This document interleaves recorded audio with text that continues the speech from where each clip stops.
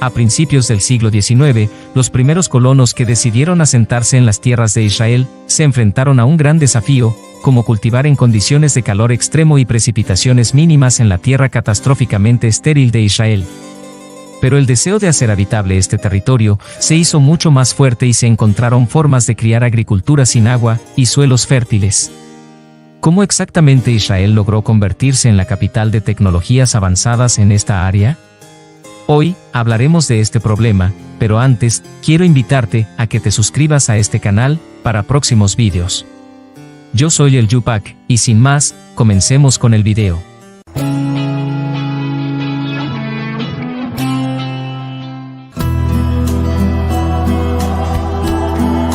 La falta de agua ha sido y sigue siendo un problema que la humanidad ha enfrentado a lo largo de la historia. Pero si antes relativamente poca población mundial sufría de falta de agua, en el último siglo este problema ha adquirido una escala global. Una tendencia aterradora ha sido confirmada por estudios oficiales de la crisis mundial del agua. Los científicos han descubierto que a principios del siglo pasado, solo el 14% de la población mundial, es decir, más de 200 millones de personas, vivían en áreas con cierta escasez de agua. En la década de 1980, esta proporción aumentó al 42%, a partir de 2000, aumentó a 58%. Aproximadamente 800 millones de personas enfrentaron escasez de agua, de las cuales, más de 1.000 millones vivían en áreas que experimentaban una grave escasez de agua. Principalmente en el sur y el este de Asia, el norte de África y el Medio Oriente. Para Israel, casi la mitad del territorio está ocupado por desiertos. El tema de la extracción de agua también ha sido agudo. Durante mucho tiempo, la principal fuente de agua dulce fue el lago Kinneret. En 1952, comenzó el nuevo estado, para construir un sistema nacional de suministro de agua. Una red de tuberías de canales y embalses, para abastecer agua de los embalses naturales y del lago Kinneret en particular. En paralelo con esto, en el país, se inició la construcción de cientos de pozos para extraer agua de los acuíferos subterráneos. A pesar de los éxitos significativos en la batalla por el agua dulce, todavía no fue suficiente para cubrir las necesidades agrícolas del Estado. En el contexto de un rápido aumento de la población y rápidamente el desarrollo industrial de Israel se ha enfrentado a un nuevo problema. Durante muchos años, la precipitación media en el país ha disminuido, y los suministros de agua se han agotado. Ante nuevos desafíos, el gobierno israelí ha decidido centrar su atención en el mar Mediterráneo, como una nueva fuente principal de agua para la agricultura. Hoy el 50% del consumo total de agua en Israel es agua de mar desalinizada. Sin embargo, otras tecnologías únicas se utilizan en el país para el desarrollo sostenible de la agricultura. Israel ha hecho grandes avances en la llamada tecnología de suministro de agua reciclada. Estamos hablando de la reutilización de agua para riego de tierras agrícolas, mediante el reciclaje de aguas residuales. Desde la década de 2000, el país ha invertido más de $750 millones en el tratamiento centralizado de agua, lo que ha agregado 37.000 millones de galones por año a la cantidad total de agua producida.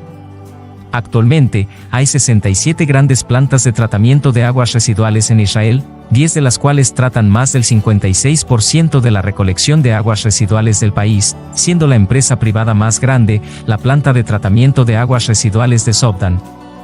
Esta unidad es una instalación ejemplar que trata 97 millones de galones de aguas residuales de la ciudad de Tel Aviv por día. Luego transportada por tubería, para regar el 60% de la tierra agrícola en el desierto de Negev. Israel puede ser considerado el líder mundial en el tratamiento de aguas residuales. En comparación con los Estados Unidos, solo el 10% del agua está reciclada, mientras que en Israel esta proporción alcanza casi el 90%. Esto es lo que dijo al respecto el exministro de Estrategia y Diplomacia Pública israelí, quien también es el embajador de Israel en los Estados Unidos. Hoy en día casi el 90% de nuestras aguas residuales se recicla, esto es, 4 veces más que en cualquier otro país del mundo. Este es un logro notable, no solo beneficia a Israel.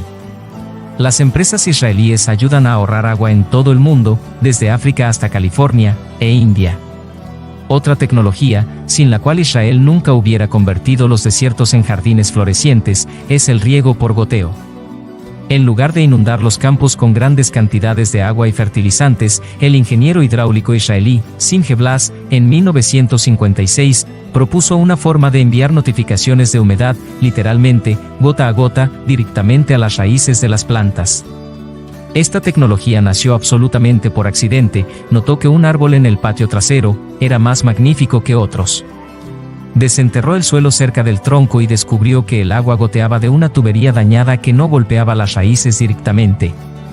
Su equipo tardó años en llevar la idea a su conclusión lógica, pero al final, los sistemas de riego por goteo ayudaron a reiniciar la agricultura en Israel y en 109 países más de todo el mundo.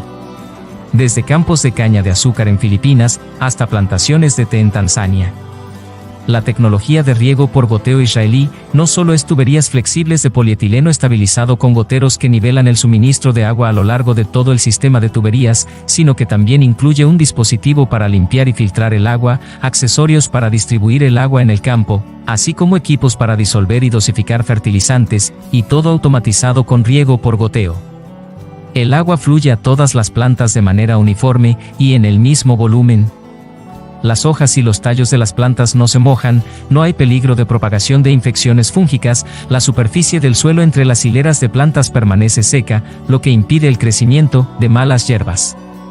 La empresa israelí Netafim, fundada por Blasem, que desarrolló este método de riego, afirma que esta tecnología ahorra del 25 al 75% del agua bombeada, en comparación con el riego clásico. Se usa menos agua, fertilizantes y pesticidas. Como resultado, no solo aumenta el rendimiento, sino que los acuíferos del sistema están menos expuestos a la contaminación química. Entonces, de la mitad del volumen de agua que se usa habitualmente para riego, se obtiene el doble del rendimiento, mientras que la eficiencia del agua y la proporción de agua absorbido por la planta gastadas en riego por goteo es de alrededor del 95%, con superficie 45% y con riego por aspersión 75%. Una parte importante de Israel se encuentra en una de las regiones más secas del planeta, pero no solo la falta de humedad pone en peligro la agricultura en esta región. El suelo en Israel tampoco puede llamarse absolutamente apto para la agricultura. En esa tierra, el sistema de raíces de las plantas desarrolla una fuerte deficiencia, como resultado de lo cual las plantas reciben menos nutrientes y dan menos. Para dar a luz a este problema en Israel, luchan con la ayuda de buenos hongos en la naturaleza, y hay muchos tipos de ellos. Y la mayoría de ellos forman relaciones mutuamente beneficiosas con las plantas.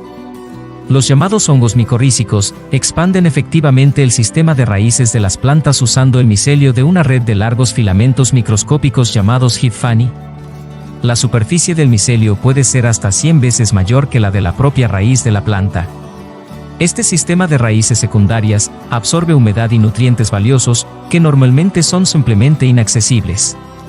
Las plantas para agricultores israelíes son la solución ideal para aumentar los rendimientos de una manera sostenible y totalmente respetuosa con el medio ambiente, teniendo en cuenta el aumento dinámico de la población en regiones con suministro de agua insuficiente. La batalla por la humedad parece ser una nueva realidad que vamos a enfrentar en la próxima década. Es por eso que las tecnologías utilizadas en Israel se exportan a otros países, que pueden ser un salvavidas para millones de personas en los lugares más secos de la Tierra. Como sistemas de reciclaje de agua, tecnologías de desalinización de agua de mar, riego por goteo. Todo esto funciona perfectamente en un solo país y permite que Israel no se preocupe sobre la escasez de agua y alimentos, ni sobre el picante cambio climático y el aumento de la población. ¿Podrán otros países adaptar todas estas tecnologías tan eficazmente como lo hizo Israel en una batalla desigual contra el desierto? ¿Ayudarán estas tecnologías a detener la migración global cuando haya escasez de agua en ciertas regiones del planeta? ¿Qué opinas de esto? Comparte tu opinión en los comentarios. Sí, bien. Se escucha bien. Oye, hermano, a ver, tú sabes que esto ya en algún momento lo hicimos, ¿no? Y nosotros más que nada estamos siempre en la misma línea de pensamiento. Es real todo lo que estás diciendo. Yo sigo, sabes que somos defensores de la idea de que parte de la solución de muchos de los problemas que tiene Cuba pasa por la liberalización de las fuerzas productivas. Hemos dicho nosotros. modestos conocimientos de... No, le quité el audio a Cejito porque si no le entraba el retorno a la directa. Él tiene retorno él ahí, no Ya, sé por qué. ya. Pasa por la liberalización de las fuerzas productivas, lo decimos nosotros con nuestros modestos pequeños conocimientos de economía que tenemos, lo han dicho personalidades reconocidas en el ámbito económico que han pasado por nuestro canal, de Natalia Adriana, de Julio César Fernández, de Berleni, de, de Vidal, en fin, eh, yo creo que realmente pasa por ahí.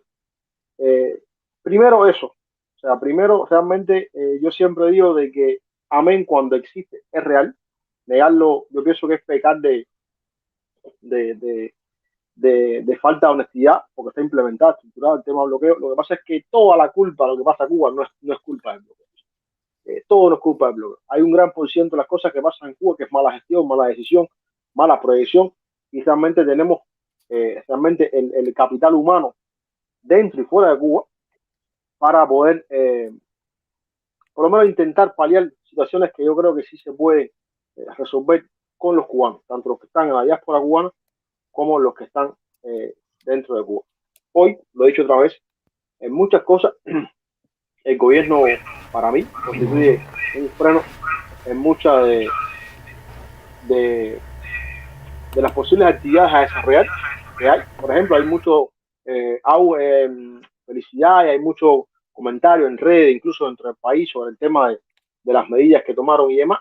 Medida que nosotros estamos de acuerdo que siempre y cuando no se emita o no se dé la garantía necesaria, es muy difícil que alguien ponga un peso ahí. No porque, como pueden decir algunos, de la propaganda. No, no, es que no es propaganda, es la realidad. Cuba ha sido mal pagador, Cuba ha manejado mal dineros de inversiones que han puesto allí. Hay personas que se sienten que se les ha robado su dinero. En fin, hoy más que esas medidas, más que la inversión extranjera que tenemos, necesitamos o necesita Cuba más que nada emitir un grupo de garantía para esas personas que pudieran estar interesados, que hay mucho, realmente hay mucho, en invertir en Cuba. Por ejemplo, yo te decía ahorita por echar, no sé si lo viste, para darle paso a los demás que hablen, que en Uruguay se estira mucho el cooperativismo, o sea, por gremio, el transporte, por ejemplo, la gente de la justicia, hay cooperativa policial incluso, que no es más que un supermercado grande con todos los departamentos, donde es para ese gremio de la sociedad. O sea, ahí tienen ellos los que dirigen, administran esa cooperativa, se sientan, se reúnen con los productores, discuten precios, tiempo de entrega y demás. Entonces ellos establecen esa oferta, ¿no? En ese gremio para un tanto tener una oferta para ese gremio laboral en este caso. Yo viví 2 años allá, yo pienso que hay muchas cosas que de Uruguay que se pueden tomar y son perfectamente aplicables en Cuba. Sobre todo, por ejemplo, el tema del transporte mismo. Ahí yo lo veo bastante bueno. El tema del transporte en Uruguay, transporte público, donde el chofer es el dueño de su ómnibus y puede subcontratar personas que trabajen en otros turnos y realmente el transporte es muy bueno. Lo que pasa es que en Cuba pasa por lo que yo le decía conversando hoy con una persona de familia, que si ahora, por ejemplo, tú y yo le decimos, oye, vamos a importar 3 guaguitas, vamos a comprarla, que se puede, para Cuba, para ir para Trinidad, vamos a resolver el problema del transporte público en Trinidad. ¿Quién tiene que autorizar esa importación? El ministro, el subministro, el otro. Vamos a ver, el mismo Estado constituye un freno. Y no digo que no tenga niveles de aprobación y de revisión. Perfecto. Lo que no pueden ser constitutivos de trabas y que haya que tener 100.000 cartas para resolver un problema hoy. El Estado es insuficiente de resolver. Por ejemplo, en el caso del transporte, y pudiéramos estar hablando aquí de una vida de aspectos más de la sociedad cubana. Pero en fin, pasa por eso, pasa realmente por la voluntad del Estado también de poder buscar el punto de equilibrio, por decirlo de alguna manera, con los futuros gobiernos de los Estados Unidos y el mundo y buscar una mejor opción de prosperidad para el pueblo, que verdaderamente no, el tiro no le cabe una raya más.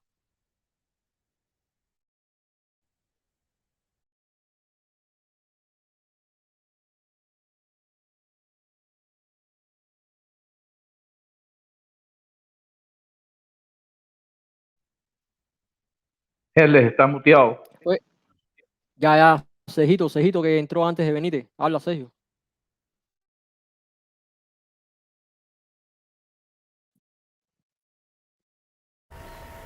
Bueno, buenas tardes. No sé si me escuchan bien ahí ahora hoy.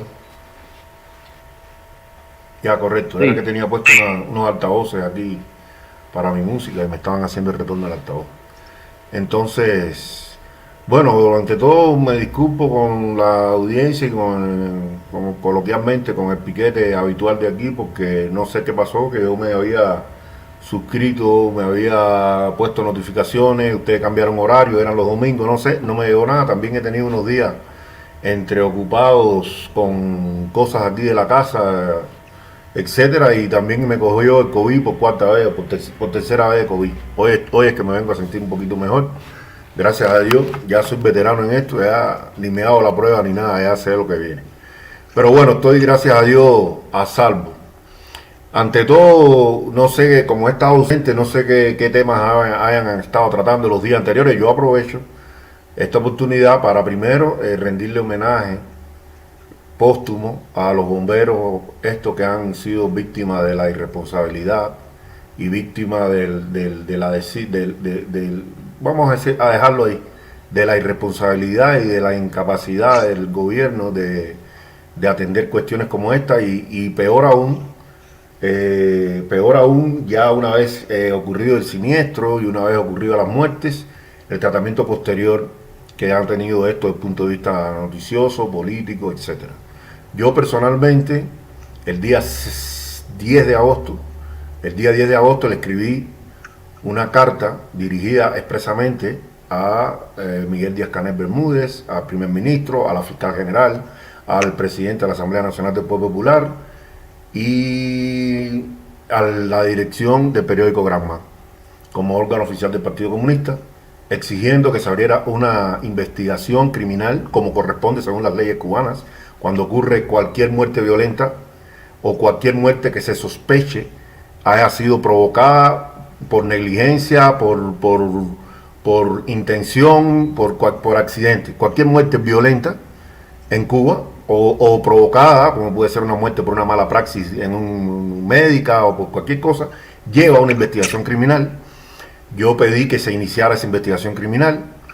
Yo pedí que como toda investigación criminal lleva, pedí que se aplicaran medidas cautelares contra los supuestos responsables directos e indirectos, dígase el jefe del comando de los bomberos en la provincia, el delegado del Minin, la primera secretaria, que también tuvo incidencia, a mi entender, hasta donde se dejó ver, pidió que el incendio había que extinguirse en 24 horas, etcétera.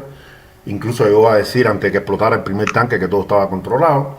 Es decir, y lo hice por los canales que ellos tienen habilitados online, es decir, la oficina de la presidencia tiene un correo electrónico por donde se puede acceder. Hay otra página o una vía más directa que no es el correo electrónico, por donde uno puede escribir, pero no está habilitado al parecer para escribir desde fuera de Cuba.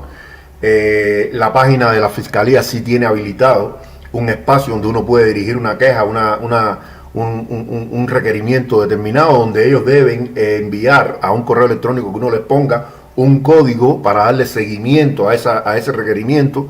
Él escribía a la junta directiva del periódico Granma en general, me rebotó un solo correo de 6 o 7 que estaban ahí, por lo tanto les llegaron los otros correos y no he recibido hasta este momento ninguna acuse de recibo, ninguna respuesta, nada. Es decir, no les gusta que uno diga que el Estado es un Estado fallido, pero si cada día actúan como si lo fueran, cada día se empeñan más en demostrar que funcionan solo para aquello en lo que ellos deseen que funcione, para vigilarte, para ponerte una cámara afuera de tu casa si ellos quieren tener seguimiento de tus movimientos, para impedirte salir de tu casa, para impedirte salir o entrar del país a su conveniencia. Eso sí funciona perfectamente y todos los recursos están dispuestos.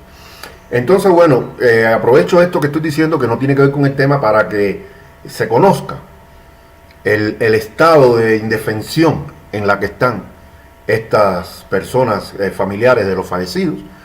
Un estado donde la fiscalía, donde el propio Díaz-Canel dijo que no existía tripartición de poderes ni independencia de poderes, expresamente dicho por él, un disparate tremendamente grande, hablando desde el punto de vista técnico-jurídico, y que sepan que no va a haber, si no hay un cambio en Cuba urgente, ahora sí soy el hombre más feliz del mundo.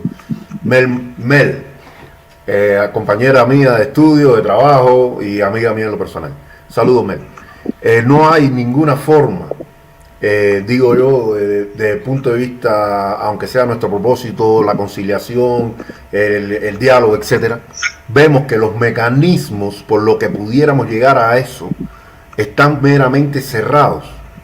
No existe mecanismo. Entonces, entrándonos ya un poquito en el tema que nos ocupa hoy, no vi el inicio, como casi siempre me ocurre, de la directa esta que estaba haciendo Hessler, pero sí me adentré un poquito en el tema y quiero darles mi opinión al respecto, tema propiedad de la tierra, tema de agricultura. Mira, lo primero, vamos a empezar por los principios. Primero, la ley de reforma agraria es una ley que se ha hecho en varios países. En Ecuador ha habido 2 leyes de reforma agraria, en casi todos los países de Latinoamérica ha habido leyes de reforma agraria, algunas anteriores a la cubana y otras posteriores a la cubana, que son inspiración, o que sirvió de inspiración para muchos países. Eso se hizo, en mi opinión, de una forma más justa, de una forma que era urgente para el país, dado las condiciones en las que muchos terratenientes o muchas empresas nacionales o extranjeras habían adquirido esa tierra a precio de gallina enferma en los primeros años de la República, y sí consideré que fue una opción justa y una forma de reivindicar los bienes para el Estado cubano, y una forma también de ejercer justicia con aquellos campesinos que trabajaban la tierra y que todo el mundo sabía en muchos casos cuáles eran las condiciones bajo las cuales se ejercía esa propiedad de la tierra, empezando por la ejemplar finca de Virán, donde se pagaba con bonos, donde solo podían comprar en la tienda del propio dueño, donde existían una serie de abusos y se había instaurado, era un vivo ejemplo de lo que se había instaurado en los campos de Cuba. No era una sola exclusiva de la finca de Virán que Fidel Castro después ejemplarmente también nacionalizó y repartió las tierras. Ahora, eso después se hizo acompañar en el año 60 por las nacionalizaciones grandes aquellas de las 20 y tantas entidades extranjeras, grandes entidades extranjeras, todas aquellas, la United Fruit Company, la Telephone Company, los bancos extranjeros, canadienses, americanos que existían en Cuba. Y he visto en el material, digamos, audiovisual que hay por ahí sobre el día en que estaban haciendo esas nacionalizaciones o nacionalizaciones, bajo, es decir, de la manera que se hacían aquellas cosas en aquel momento, con aprobación popular, sin mucho, digamos, cuestiones técnicas, pero sí con un gran apoyo popular y con una gran, yo creo que una justicia desde el punto de vista nacionalista, de reivindicar a muchos bienes que no servían al pueblo de Cuba. Entonces, y recuerdo también que ese día, creo que fue la única vez en que Fidel perdió la voz anunciando eso, es decir, se sabía, o yo presumo, que el acto ese mismo, ese acto propio de la expropiación y del anuncio en medio de toda aquella vorágine digamos, de los primeros tiempos de la revolución, sobrecogen a cualquiera sabiendo que se estaba, digamos, contraponiendo a unos poderes que eran verdaderamente supranacionales y que se sabía o se presumía que podían traer consecuencias que iban a ser, digamos, importantes para el futuro del proceso. Y Fidel perdió la voz, sale Raúl y dice que no importa, que va a seguir, y que Fidel después recuperó la voz y siguieron con la lista de las expropiaciones.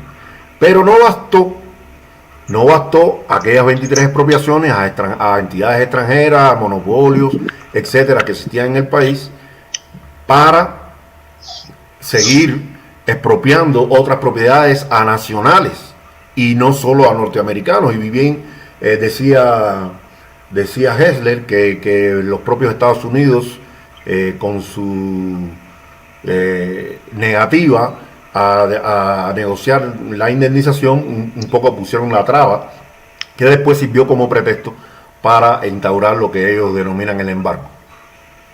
No fue suficiente la nacionalización que subsiguió a estas primeras nacionalizaciones a grandes entidades extranjeras, y se empezó al capital nacional, gente que habían emprendido, que habían ganado riqueza de lo más justo posible, dadas las condiciones aquellas, por lo menos a las leyes imperantes en aquel momento. Y se llegó a un punto extremo, ya en un contexto histórico diferente, cuando ya el Partido Comunista había nacido en el año 65, cuando ya se habían empezado a estrechar lazos más fuertes con la Unión Soviética y demás países socialistas, que es el año 68, que coincidentemente fue el año de los sucesos aquellos de la primavera de Praga, donde hubo una rebelión principalmente estudiantil en Checoslovaquia, y que fue apabullada por los tanques del Ejército Rojo.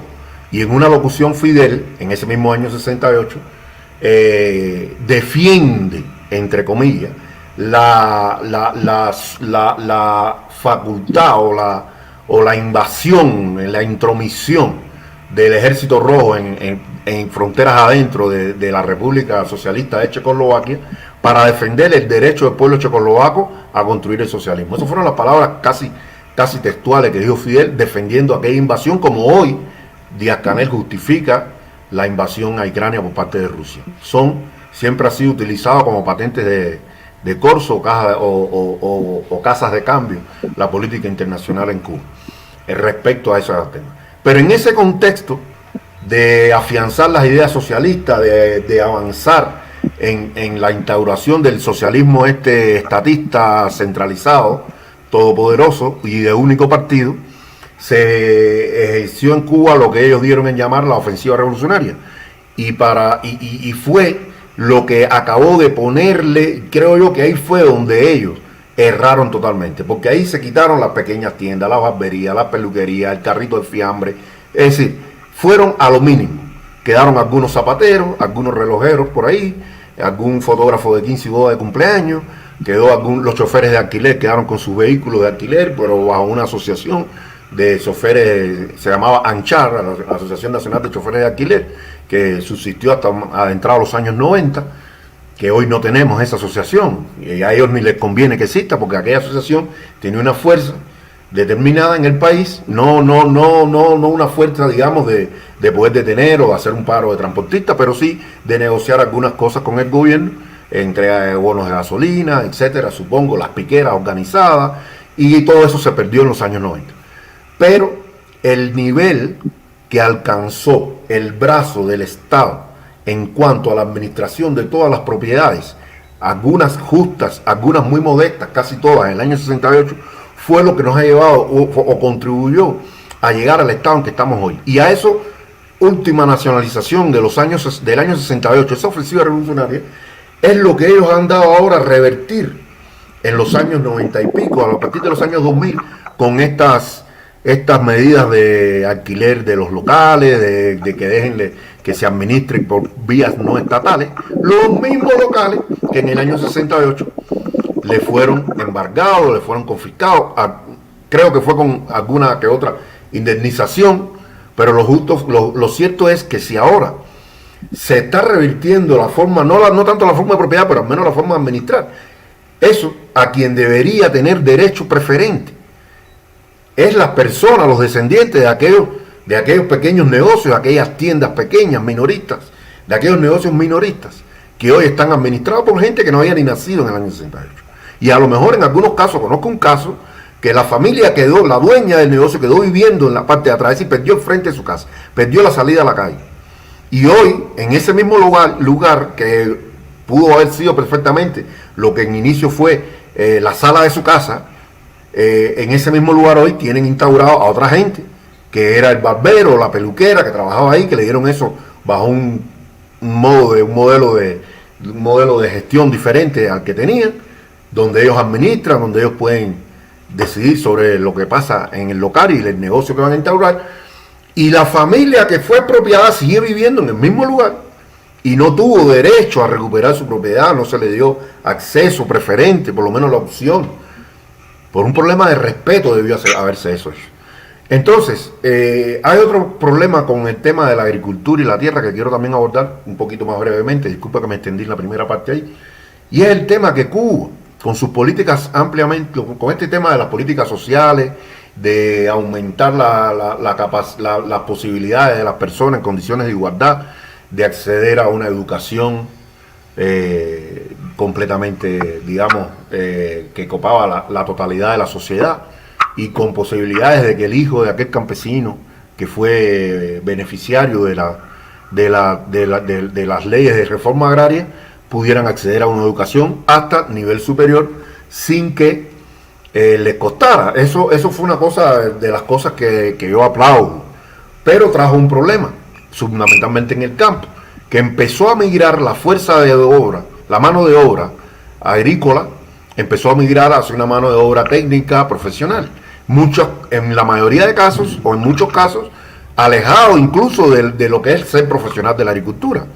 Entonces, cuando tú tienes una familia de 5 miembros, de 5 hijos, digamos, donde 3 hijos, 2 se hacen ingenieros mecánicos, el otro se hace médico, el otro se hace maestro, y queda uno solo para trabajar la tierra, o que a lo mejor se hizo ingeniero agrónomo. Entonces, nos fuimos quedando sin brazos para la agricultura en Cuba, que por mucha tecnología que se le haya incorporado a partir de la mecanización agrícola, a partir del tema sobre todo de la introducción del corte mecanizado en la caña, y todo eso necesitaba y necesita hoy un número grande de mano de obra, porque Cuba siempre fue un país eminentemente agrícola.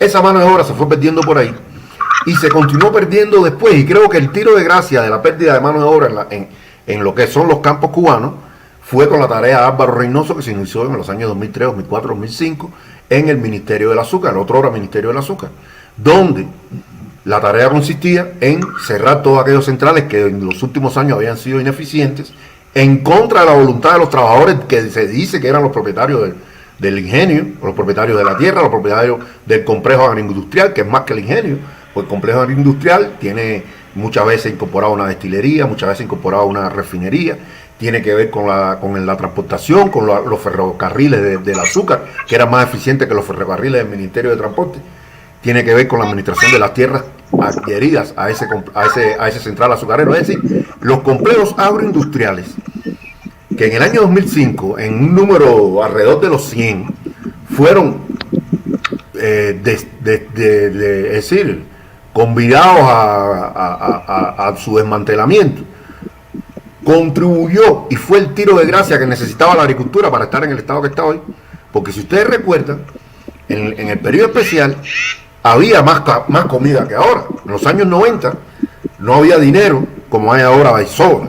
Había muy poco circulante, sí se produjo una inflación, pero no a los niveles que estamos ahora. Y la oferta, por ejemplo, vamos a poner un solo renglón, que es el que yo mido, el que me hace a mí medir el estado de la economía cubana, es el precio de la carne de cerdo. El precio de la carne de cerdo nunca subió de 25 o 30 dólares en el periodo especial, 30 pesos cubanos en el periodo especial, y además si en algún momento en algunos lugares estuvo muy superior a eso, existía la oferta, existía la posibilidad de comprarlo teniendo el dinero, y con eso todos los derivados del puerco. Ahora no tenemos ni puerco, el precio está muy por encima del precio del dólar, porque se mantenía siempre el precio de la carne de cerdo al mismo precio que estaba el dólar se usa en la calle.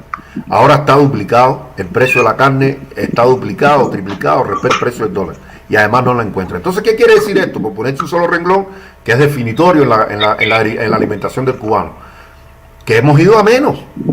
Pasamos un periodo especial, supuestamente lo superamos, y resulta que ahora estamos a menos. ¿Por qué? Porque después de ese periodo especial, después de la gran crisis que se tocó fondo, año 93, en el año 2005, una fecha todavía bien temprana, se sacó de circulación toda una fuerza laboral que tenían los campos de Cuba, porque un central no es solo productor de azúcar. El central producía alimento animal, el central producía energía eléctrica. En tiempo de zafra, el 50% de la energía eléctrica que se consumía en Cuba provenía de los centrales azucareros.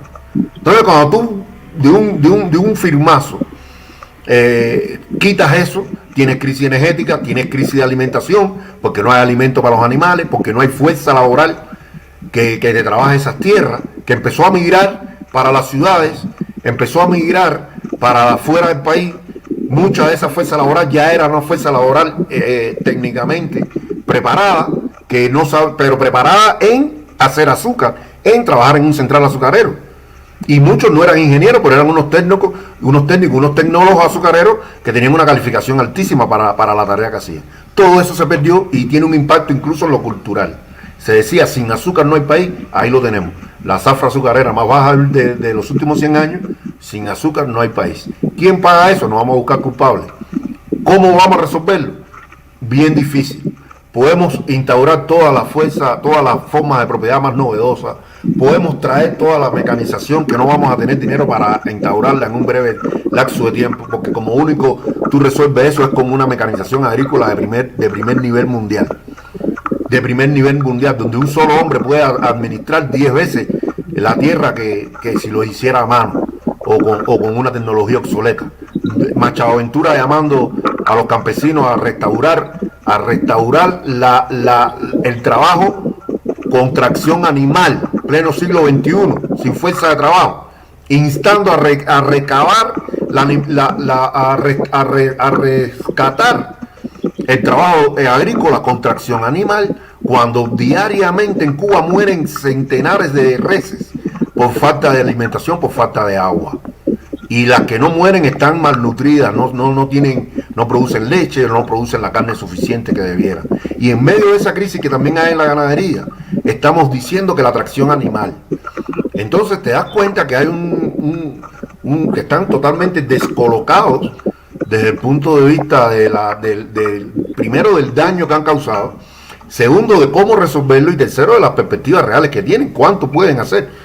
Si mañana hay un cambio de gobierno y emprendemos una tarea de redistribución de la tierra, de nuevos modelos de gestión de la tierra, más justo o más atractivo para el capital nacional, en primer orden, y foráneo en segundo orden, nosotros tendríamos un gran problema, que es la fuerza laboral. Nosotros no tenemos fuerza laboral para resolver el problema de la alimentación en Cuba hoy.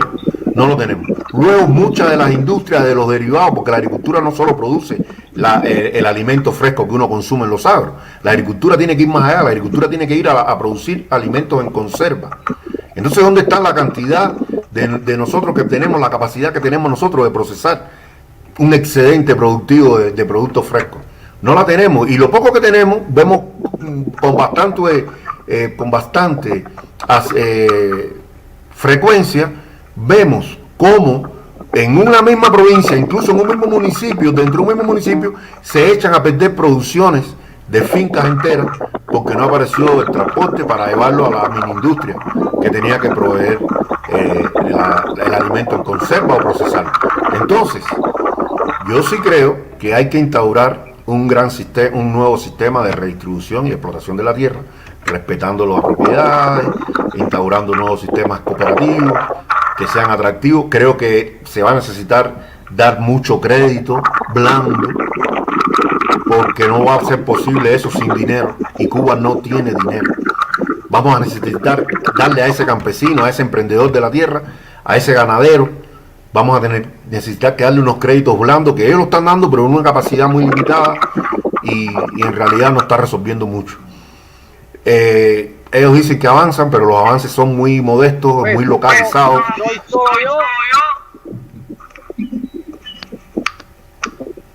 Muy modestos, muy localizados, y realmente lo que se avisora es una crisis alimentaria. No,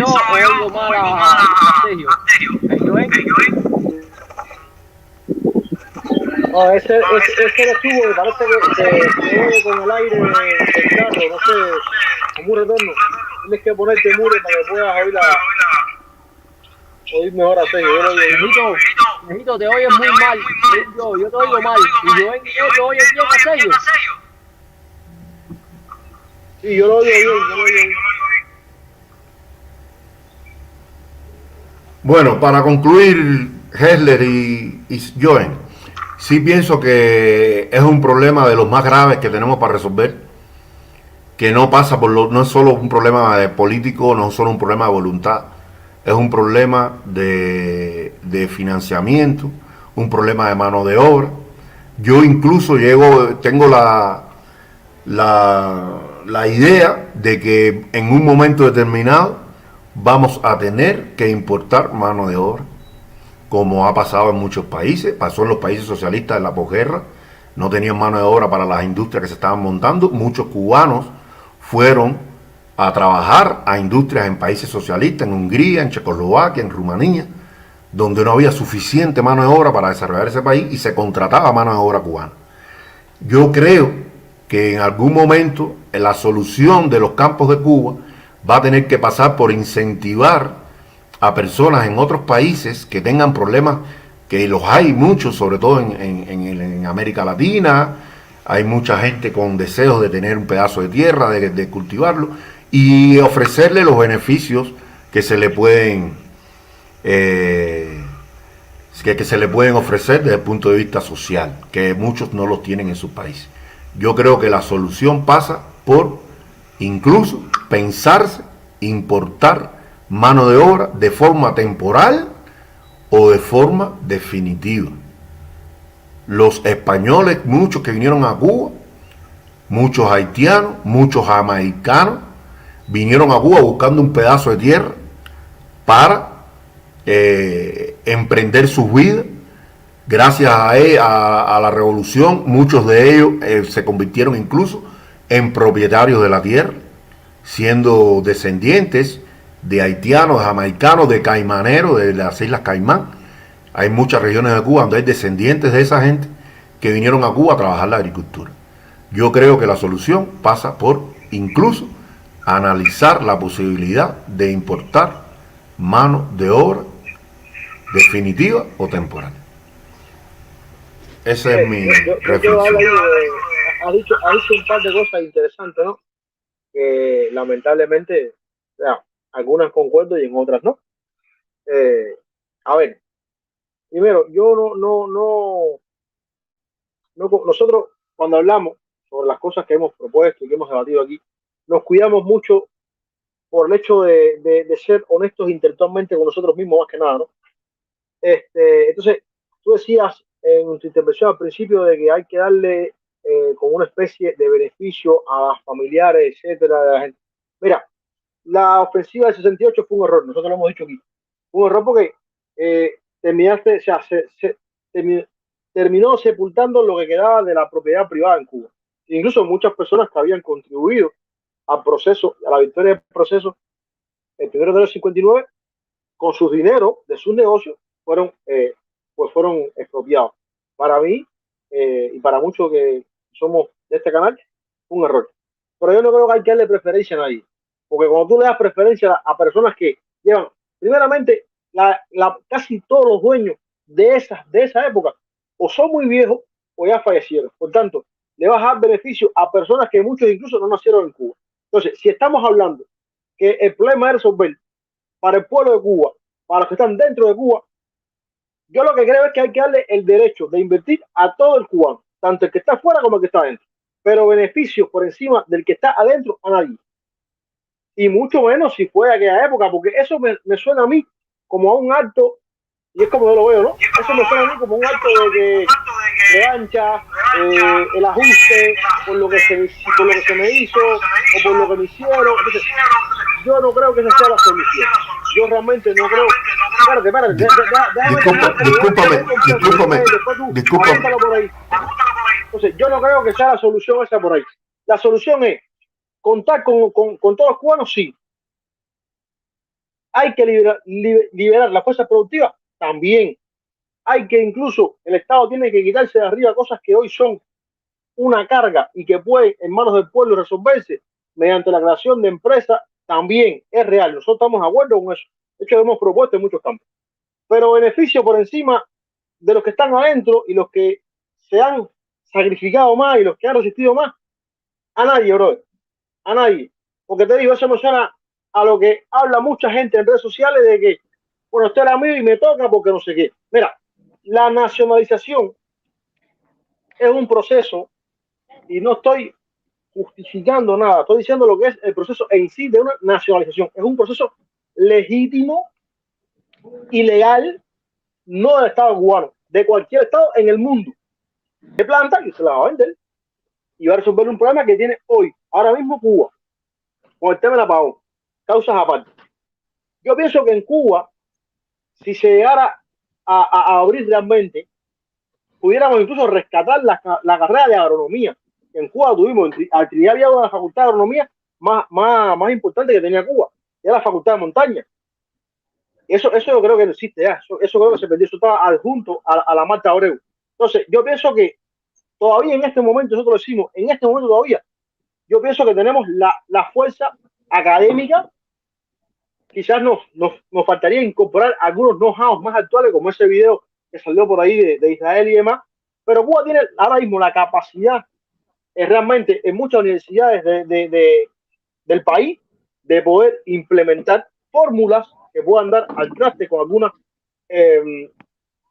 cómo resolver algunos de los problemas que tenemos hoy en Cuba. Y por otro lado, ya con esto termino, es el punto que tú decías de los campesinos de los municipios.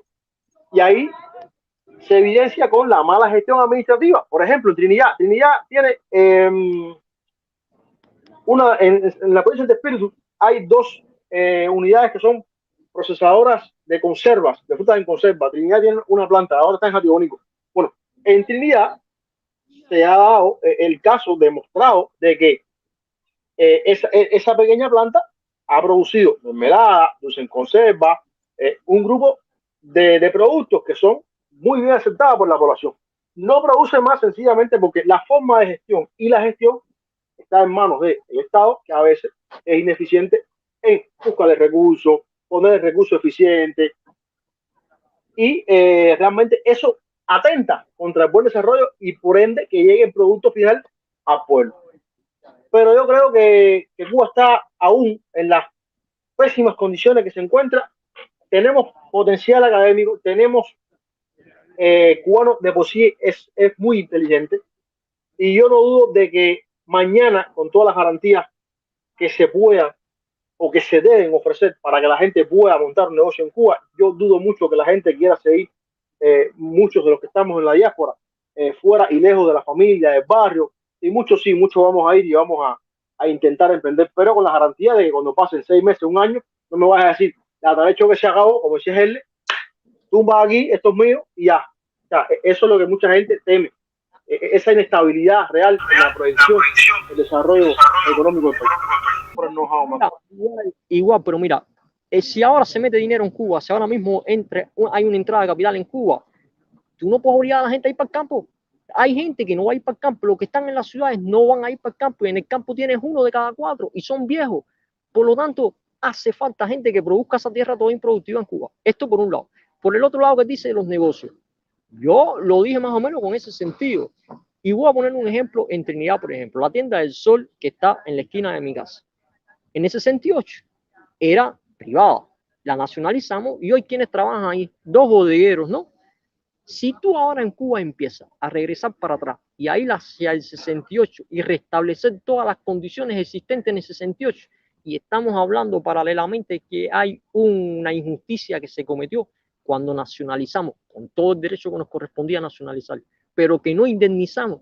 Entonces, cuando nosotros decimos que estamos dispuestos a sentarnos a dialogar, estamos dispuestos a dar preferencia a aquellos a los que sea posible, pues están eso también.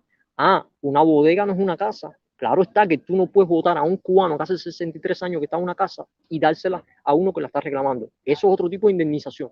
Pero si el tipo te aporta capital, si el tipo viene a Cuba y la bodega y tú la tienes que dar de todas maneras, posiblemente sepa administrar mejor que el cubano, tenga más capital que el cubano y de paso ya le estás indemnizando. O sea, si él lo que quiere es su bodega y la bodega es estatal, la bodega no es privada, porque hoy las bodegas no son privadas. Son que todas se están cayendo en Cuba, los negocios que una vez se nacionalizaron en Cuba se están cayendo. Qué mejor indemnización y qué mejor oportunidad que tú le digas a los dueños o a los herederos: mira, primero tienes que hacerte cubano, no puedes ser extranjero. Puedes tener doble nacionalidad, pero la propiedad, como queremos que sea cubana, tienes que hacerte nacional cubano. Pues cógela, coge tu tienda del Sol, coge tu baratillo. Claro, son las cosas estatales, lo que ya es privado, yo no creo que Sergio entienda quitar lo privado, lo que ya le pertenece a una persona en sí, y dárselo a otro. A menos que igual hay negocios privados que no están dando resultados. Puede ser que se llegue a muchos tipos de arreglos de decirte, mira, cambiamos esto por esto. O sea, aquí de lo que se trata es de poner a producir las cosas de cualquier manera posible. Y si el que viene te aporta capital, pero además quiere la propiedad porque le correspondía, ya tú estás zanjando dos problemas de un mismo tiro. Eso es como lo veo yo, ¿entiendes? Y sobre lo que dice Francisco Paz, de que los fondos, el Fondo Monetario Internacional, que los fondos blancos, compadre, mira, yo creo que no podemos ser populistas en ese sentido tampoco.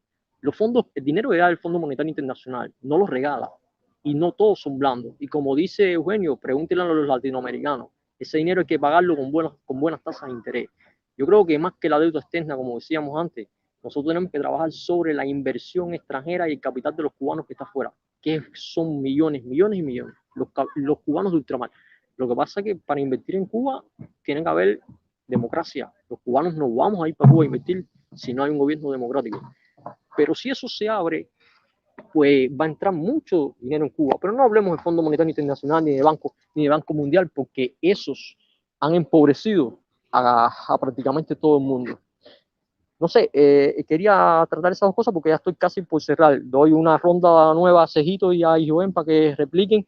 Vamos a hacerlo más corto porque acá es tarde y yo tengo que dormir. Me ha parecido interesantísimo todo lo que habló Sergio. Yo creo que los prejuicios hay que dejarlos.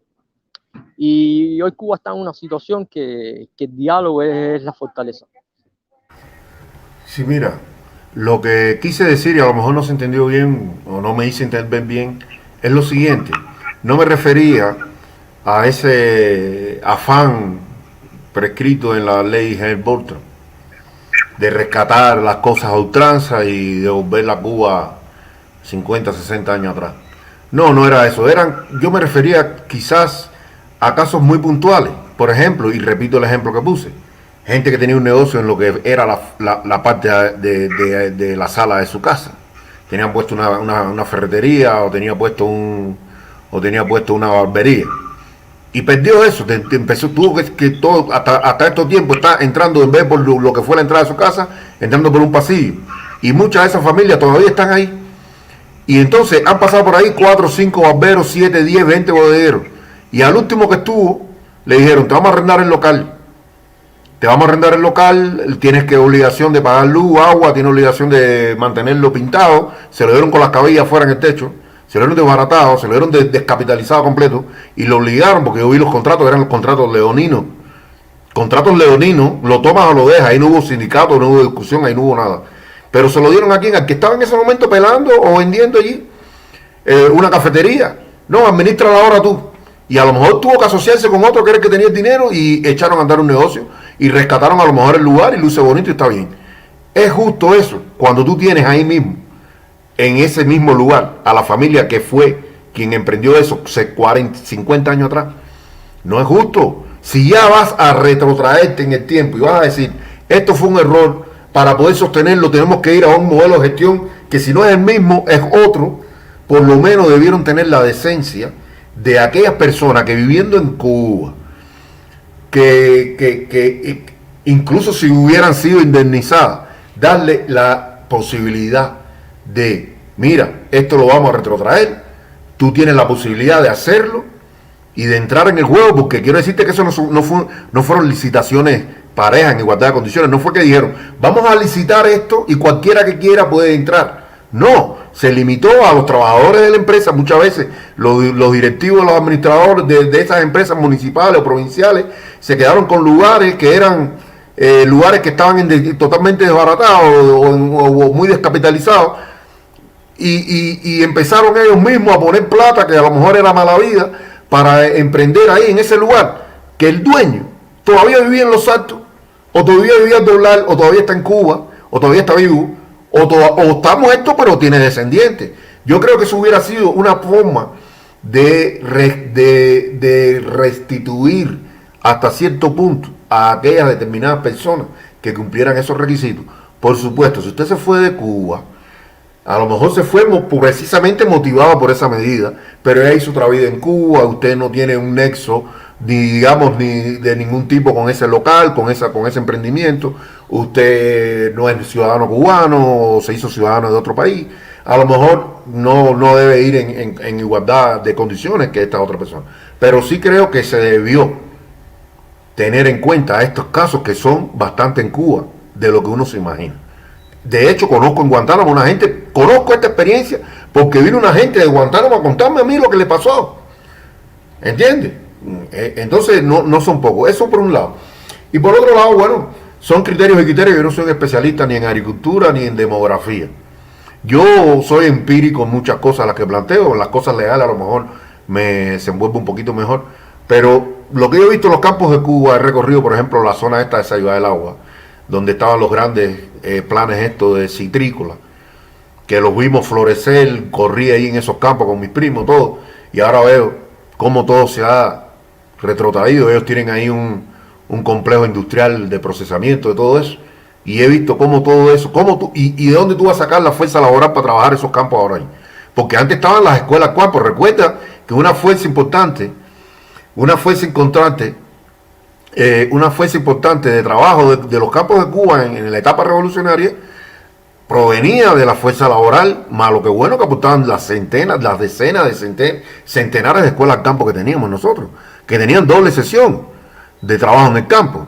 Y eso es una mano de obra que, si bien no era la más eficiente, por lo menos contribuía a la producción de alimentos en Cuba. Hoy no tenemos ninguna escuela al campo con ese sistema. Todos son instalaciones abandonadas, tierras abandonadas, que ahora ¿quién las va a hacer producir? En algunos lugares se han convertido en pequeñas comunidades, pero hemos llegado al punto, en el caso específico de Ciudad del Agua, que donde había un cartel antes en la carretera que decía escuela número tal o escuela IPVC nombre tal, ahora dice prisión. Entonces es simbólico. Yo no creo que todas las escuelas se hayan convertido en prisión, pero una cosa simbólica, como la revolución tenía la consigna de convertir los cuarteles en escuelas, y 40, 50, 60 años detrás, después hemos tenido que adaptar lo que fueron escuelas en prisión. Entonces te das cuenta de que eso tiene un simbolismo de que no se habla en Cuba, pero esos presos a lo mejor producen un alimento. Yo te puedo poner ejemplo, por ejemplo, el preso de Anduriño en Trujillo, que nosotros al lado tenía uno de los mangales más grandes que hay ahí en toda esa región sur de Santo Espíritu, y ese pre, cuando vino toda la reestructuración del sistema educativo, que sacaron esas escuelas, por ejemplo, ese pre específicamente, ese al menos, fue convertido en vivienda y resolvieron unos cuantos problemas de vivienda que habían para allá atrás en ese momento. El tuyo fue convertido en una prisión. Habría que hacer un estudio realmente en Cuba, otros están cayendo, ¿entiendes? El sistema que, mira, pero para mí, disculpa, pero para mí, no, pero para mí el tema importante que estoy tratando no es el destino que tuvieron las instalaciones. Esos son más bien, vamos a pasar los planos anecdóticos. Yo estoy hablando de la capacidad que teníamos en fuerza, en manos de obra. En una etapa en los años 70, donde hubo un boom de nacimientos en Cuba, en los años 60, finales de los 60, principios de los 70, que en los años 80 teníamos todas esas escuelas abarrotadas de muchachos que con una guataca en la mano, malo que bueno, producían algo y tenían las tierras no llenas de marabú, y que ahora no tenemos ni el boom de crecimiento poblacional. Tenemos una población envejecida a la que cada día hay que mantener, hay que sostener, no solo desde el punto de vista alimenticio, sino desde el punto de vista médico, de seguridad social, etcétera, que no producen, y los que producen cada vez producen de manera menos eficiente, y cada vez serán más los que dejen de producir, aunque se mueran en el campo con la guataca en la mano. Tenemos cada vez menos jóvenes en los campos, y los que están tampoco tienen las condiciones para producir en las condiciones que se producía en los años, digamos, 80, que fue las épocas donde más altos índices de productividad y producción hubo en Cuba, en los campos y en todo Cuba en general. Ahora tú quieres alcanzar mínimamente unos niveles de producción como los que se alcanzaron en aquel tiempo, y la variable mano de obra, para mí, sin ser especialista, sin tener los datos, sin creer que tengo ni la mitad de la verdad, para mí es una variable súper importante y decisiva. Para mí. ¿Cómo lo vamos a resolver? A lo mejor usted tiene mayor información que yo. A lo mejor tú puedes decir, no, si no, si en los campos tenemos tanta por ciento de gente, a lo mejor tú eres una gente de campo que conoce esos temas más que yo soy citadino todo el tiempo. Y a lo mejor yo estoy en un error desde el punto de vista del desconocimiento que puedo tener. Pero no creo que esté muy alejado de la realidad, dada la realidad que vive hoy en Cuba. Estamos hablando de que tenemos que importar X cantidad de leche en polvo, la famosa leche en polvo, el banco de leche en polvo. Cada vez que te pide que es algo es la leche en polvo de los niños. Pero si en Cuba había leche suficiente para tomarte toda la leche que tú querías, y era leche de vaca, que se envasaba en litros, y había un por ciento que se producía en leche condensada. Pero la leche en polvo en Cuba era por la libre, eran unas laticas pequeñas que si tú las comprabas si querías para comértela con cuchara, para hacer un dulce y eso, pero no había falta ningún leche en polvo. Entonces ahora no, dependemos del precio de la leche en polvo. Pero, ¿entiendes? Entonces, ¿cómo tú recuperas el famoso vasito de leche ese de que hablaba Raúl? Él lo dijo un día, a lo mejor una voluntad política, pero si tú no creas las condiciones, si tú no creas los mecanismos, y si tú no tienes una fuerza laboral calificada en estos tiempos, no solo se resuelve con una masividad de fuerza. Ya no vamos a poder, por ejemplo, ya en Cuba no vamos a poder hacer aquellas tareas de choque, de que todo el mundo va a la caña, que todo el mundo va al campo. Eso ya no existe, ya no va a funcionar. Ya lo hicimos en los años 90 con aquellos campamentos de nuevo tipo que se hicieron, con todas las condiciones, que ya no eran barracones.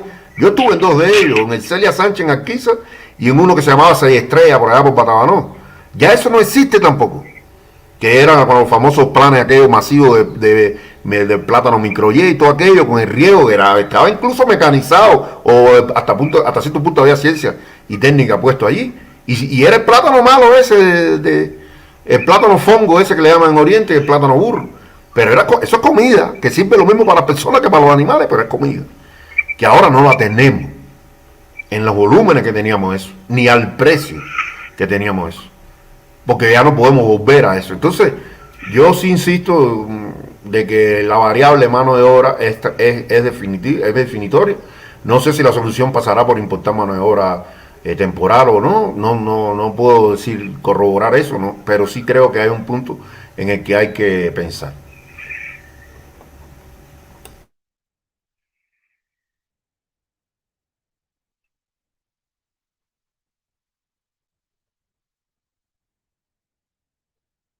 Pues él le parece que está trabajando. No, nosotros ya no puedo hablar. Ahora cuando entre seguro que ya cierra. No, sí, a ver, mira, la situación demográfica en Cuba es preocupante por todo lo sabemos, o sea, por el éxodo que estamos sufriendo, por el envejecimiento de la población, porque ha habido eh, una contracción en los nacimientos debido a las mismas crisis y lo que cuesta realmente en Cuba, no de ahora, sino desde hace varios años ya, tener pues un niño, no solamente por el tema del pamper, sino que tampoco consigue el culero de gasa, para hablar de la alimentación, etcétera, etcétera. En eso estamos de acuerdo. Pero yo realmente no creo o sea, si bien es cierto que los campos de Cuba están vacíos y demás, hay mucha gente todavía en Cuba que le gusta el campo. Lo que pasa es que tú lo decías, no hay condiciones para trabajar el campo. El campo no se puede trabajar como quiera. Por ejemplo, Cuba, el sistema cooperativa es a través del famoso paquete tecnológico ese, que si a veces no llega, que si no sé qué, y que, mira, hay que acabar en Cuba, realmente, esto es feo decirlo, pero hay que decirlo porque nosotros decimos la verdad, cueste lo que nos cueste, y a eso nos ha costado. En Cuba hay mucha corrupción. O sea, hay mucha corrupción. A nivel estatal, a nivel individual, hay mucha corrupción. Porque con esos paquetes tecnológicos que a veces ven al campesino que está, que es el que más le oye la cooperativa, se lo venden después. O sea, hay muchas cosas que atentan contra, yo lo digo siempre, el desarrollo hoy realmente de la producción de alimentos en Cuba. Yo creo que tenemos que un país como Cuba, tropical, tiene todo el potencial para ser fuerte en fruta. O sea, yo a veces he visto unos videos por ahí, por ejemplo, de unos chinos que crían, o sea, disculpen, siembran mango, fruta, y a través de, no sé cómo lo hacen, un sistema, me imagino que a través de la poda, tipo bonsai, la mata de mango no crece hasta allá arriba, se queda a media, que tú la puedes coger los mangos con la mano y da unos mangos así. Ellos le ponen hasta unas habitas, de lo más lindo, o sea, Si somos amiguitos de los chinos, bueno, compadre, vamos a traer a los chinos para acá y como tú decías, mira, aquí esto aparte del plan citrícola, todo eso es tuyo, pero produceme naranja, produceme mandarina, ¿me entiendes? O sea, tuyo en el mejor sentido de la palabra, no es que es tuyo, es que vamos a hacer un negocio y como decías él, le es 59 amigos, le 19 para ti. Lo que pasa es que nosotros ahora mismo estamos en una situación tan difícil. Mira, en la situación que está Cuba, en la situación que está Cuba se lo doy hasta el 100. Por tal de que produzcan y hagan comida en el agro. Eso es seguridad nacional. Se lo doy al 100. Que se queden con la tierra y que la hagan producir. El día que no les dé la gana, se van a ir de ellos mismos. El día que no les produzca y no les sea negocio, ellos mismos se van a ir. No se la doy en propiedad, se lo doy en usufructo gratuito. De manera por tiempo indeterminado. Se lo doy en usufructo gratuito por tiempo indeterminado.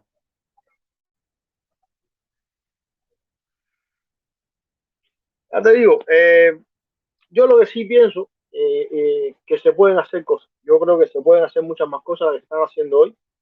Que ellos pueden anunciar todo el paquete de medidas que quieran, 200, 500, 1000, 3000, 1 millón, que si cuando vas a la práctica no se aplica realmente con el objetivo de que dé fruto, es como si no hubieses aplicado nada, es como si no existieran las medidas.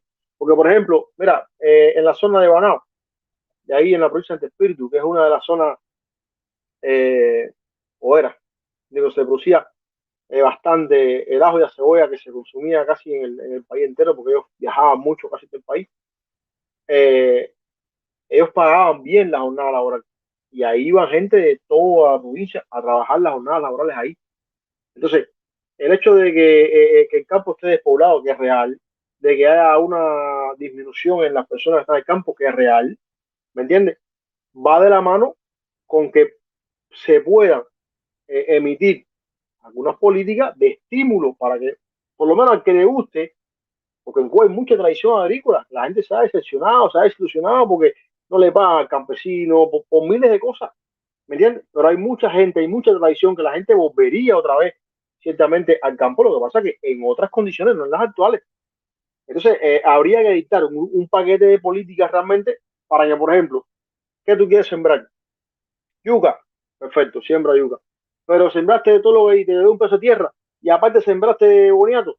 No me importa si sembraste boniato, no me interesa. Dame acá lo que yo contigo fue la yuca, dame la yuca. ¿Me entiendes? Boniato, haz lo que quieras dentro del marco de la ley, haz lo que quieras con el boniato. O sea, es un ejemplo, no sé, quizás no tan ilustrativo, pero la idea es que hay que darle el poder realmente al productor de que pueda decidir qué va a hacer con su producción. Hay que aumentar la cultura de los costos de producción, sobre todo en ese sentido de la alimentación en Cuba, y eliminar esa cantidad de intermediarios que hay. Porque yo saco una conclusión sencilla. Si hay una persona que va, porque los tenemos, los famosos particulares revendedores, que te va desde Batabanó hasta Jabón Grande y te vira con 50 sacos de naranja, como el Estado no va a poder ir con un camión y coger todas esas naranjas que venden ahí y venderse al pueblo. O sea, esas son cosas que realmente, por lo menos a mí, me dejan mucho que pensar y habría que ver. La idea de nosotros más que nada es esa, estimular todo lo que pueda ser beneficioso para la producción de toda índole, tanto de bienes como de servicios, como de cualquier cosa que hoy necesita Cuba, más que nada, realmente mucho más que nada. No sé si él estará por ahí.